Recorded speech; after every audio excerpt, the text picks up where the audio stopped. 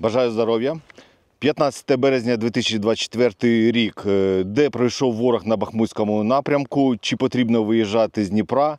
Що у нас по Белгороду та що по виборам ПУЛА у Росії у цьому випуску?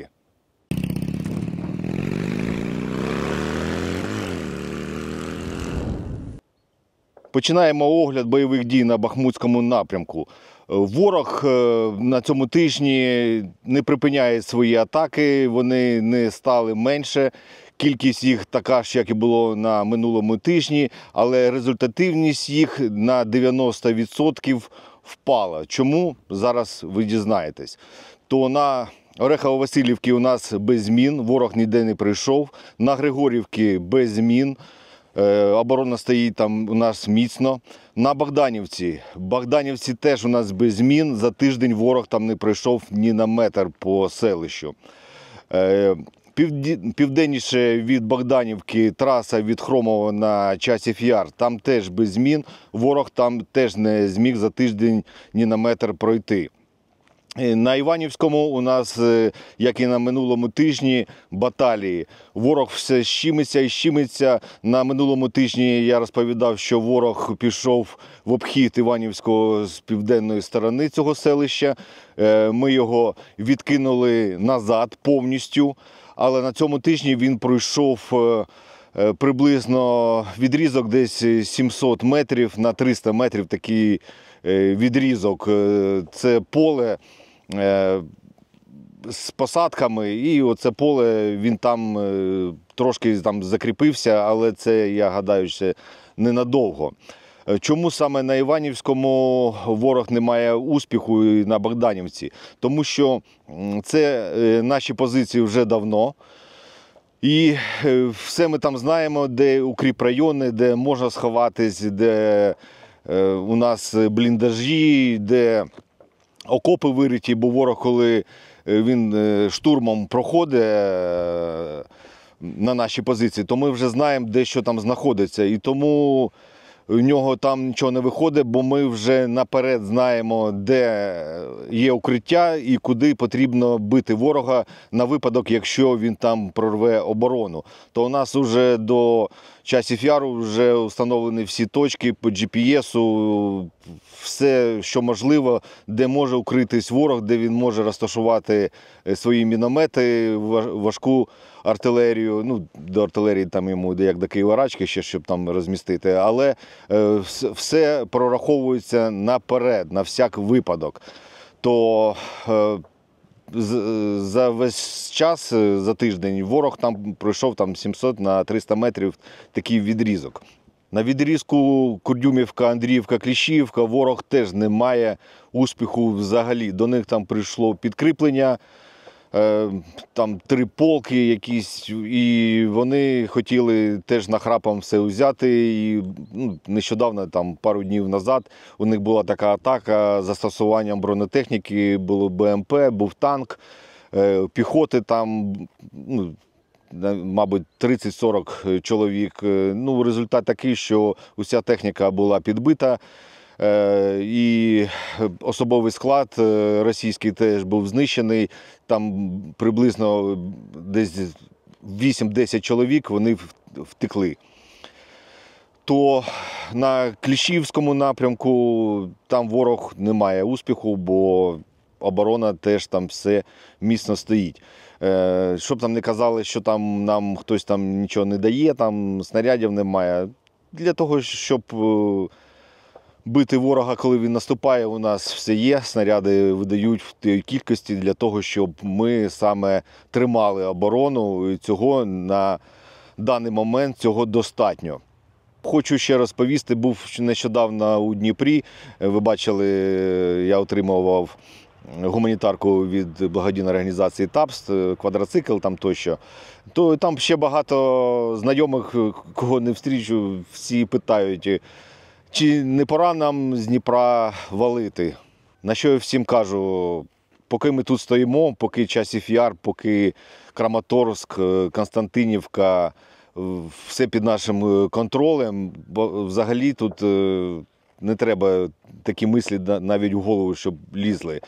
А по поводу, чи треба валити з Дніпра, то я ще кажу так, що не треба валити з Дніпра. Треба брати зброю, іти захищати своє місто, і йти не просто коли ворог підійде вже до самого міста, а треба йти у Донецьку область і там захищати, або в Запорізьку. І там треба стримувати ворога, а потім його відганяти вже туди, до Росії, звідкіля він прийшов. То не треба казати там кудись там валити. Треба захищати нашу країну, а не валити кудись. Так, я рекомендую жінкам з дітьми виїжджати в більш безпечніші регіони, бо міста бомбляться і балістикою, і С-300, і дронами. То я вважаю, що дітям не потрібно це бачити і треба берегти наших дітей та жінок. Далі хочу затронути тему по Білгороду та по виборам ПУЛА в Російській Федерації. То, що відбувається в Білгороді, там працює Руський легіон, це росіяни, яким вже стопиздив, я би так сказав, режим Путіна. Вони взяли зброю у свої руки і пішли визволяти свою країну від цього монарха, царя, чи я не знаю, який з цими виборами, це просто смішно. Я не знаю, що там вибирати росіянам, чи хто там піде на ті вибори, якщо там все так зрозуміло. Бо крім ПУЛА та ще якісь невідомих двох якісь особів, там взагалі, ну що там вибирати? Що в Росії там не знайшлося тих людей, які хочуть, щоб війна закінчилась і не вмирали люди як з російської сторони, так і з української. Мабуть, ті, хто хотів, тих не допустили до виборів. То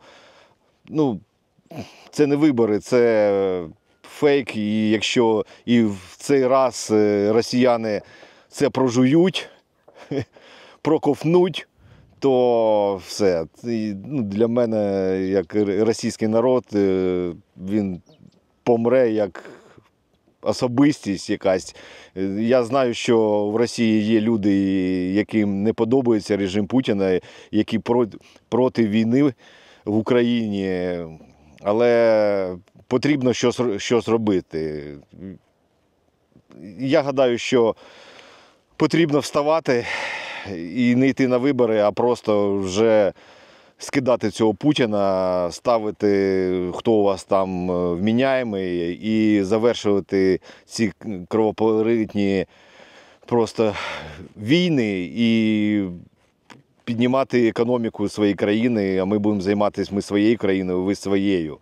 То, що по Белгороду там йдуть обстріли, то я хочу сказати, а як ви казали, що це ви самі себе обстрілюєте, це воюєте не в містах, а воюєте десь у полях, щоб міста не обстрілювали. Що ви зараз скажете, якщо у самих містах, і в Белгороді, та в інших містах на вулицях стоять і РСЗВ, і ПВО, і прямо на вулицях? А що ви будете думати, що якщо вони в містах, це не ворожа ціль? Це ворожа ціль, і вона буде знищувати. Так, з цією ціллю будуть знищуватись і житлові будинки цивільні, так, будуть поранені, будуть вбиті серед цивільних. Це війна, яка вже 2 роки йде в Україні, і зараз вона вже йде і в Росії, і в російських містах це буде. Якщо це не припинити, вся Росія буде палати вогнем, бо ми будемо знищувати все військове, все, що забезпечує війну, все, що йде на нашу країну.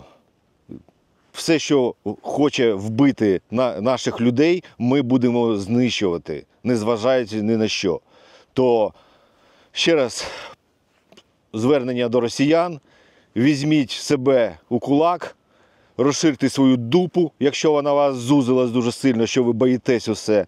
Тільки сьогодні ви зможете змінити своє майбутнє, майбутнє своїх дітей. А ми продовжуємо боронити свою країну від російського загарбника, і ми обов'язково переможемо, бо ми непереможні. Слава Україні! Слава ЗСУ! А Путін – гандон!